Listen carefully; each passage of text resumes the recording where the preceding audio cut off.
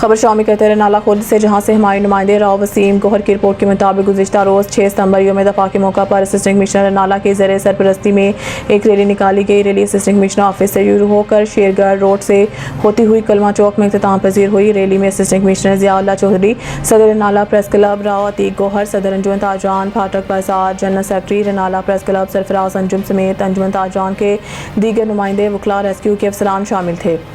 جبکہ اس ریلی میں اسکول کے طلباء کی بڑی تعداد، اساتذہ، سول سوسائٹی کے لوگ اور قانون نافذ کرنے والے اداروں کے افسران بھی شامل تھے۔ ریلی کے شرکاء سے خطاب کرتے ہوئے اسسٹنٹ کمشنر رنالہ ضیاء اللہ چودھری نے کہا ہے کہ پوری قوم افواج پاکستان کے ساتھ کندھے سے کندھا ملا کر کھڑی ہے اور ہم کسی بھی قربانی سے ہرگز پیچھے نہیں ہٹیں گے۔ اس موقع پر صدر نالہ پریس کلب راؤ عتیق نے کہا ہے کہ افواج پاکستان کی قربانیوں کو کبھی فراموش نہیں کیا جا سکتا اور نہ ہی ان کی محبت میں کمی آ سکتی ہے۔ پوری قوم بھرپور جذبے کے ساتھ پاک فوج کے شانہ بشانہ کھڑی ہے۔